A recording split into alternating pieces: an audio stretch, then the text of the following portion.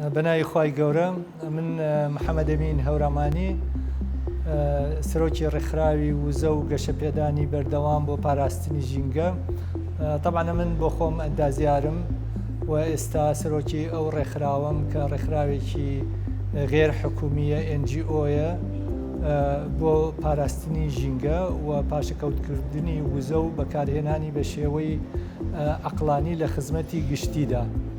دیارە ئێمە زیاتر ئیشەکەمان لەسەر پەرەپێدانی وزەیە و هەروەها بە تایبەتی وزەی خاوێن کە دۆستی ژینگەیە و زۆر خۆشحاڵین بە بەشداریکردن لە پرۆژەی نەخۆشخانەی میهرەبانی خۆم و ئینشاءڵڵا ئەندامانی ڕێکخراوەکەشمان بەشدار دەبن، هاوکار دەبن و هەر ئیستیشارەیەک لە بواری وزە ئێمە بە توانای ئەو ئەندازیارانەی کە لەگەڵمان کارەکەن ئینشاءڵڵا هاوکارتان دەبین و هیوای سەرکەوتن و خزمەتکردنی خەڵکتان پێدەخوازیین. زۆر سپاستان دەکەین.